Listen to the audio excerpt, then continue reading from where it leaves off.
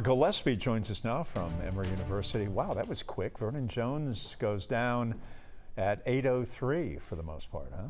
I can't say that I'm surprised that we're hearing about the results pretty early and that the AP is calling some of these races very early.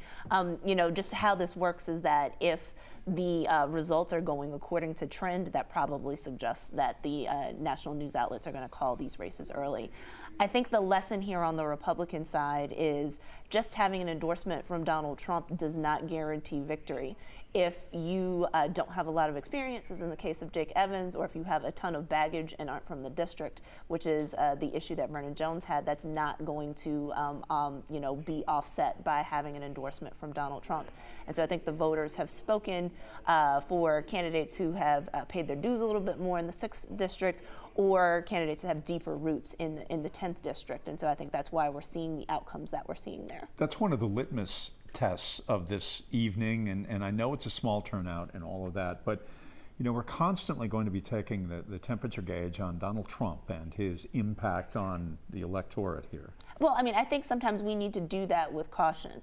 We can't ignore the fact that President Trump looms large over these districts, but he's a politician and he's a fallible person like everybody else. And he made a lot of mistakes in terms of his endorsements here. He made endorsements based on emotion and not necessarily on the fundamentals of this race. Right. And I think some people thought that they could elide the fundamentals of a race, like not having to campaign hard or not having to deal with some of the deficits and baggage that you have, and thinking that, well, as long as Donald Trump likes me, then I'm okay. Georgia voters are more discriminating, and I think in particular in these districts, we've seen that play out. I also do want to say, in particular in the 10th district, in Vernon Jones's defense, he was sort of the victim of an onslaught of a lot of negative campaigning, some of which some people could argue was below the bar, right, in terms of the implications about race and sexuality and other kinds of things. So, it could be that some of those attacks actually landed very well. But that being said, Vernon Jones carries a ton of baggage, related to allegations of rape, regarding being a former Democrat, regarding not living in the district.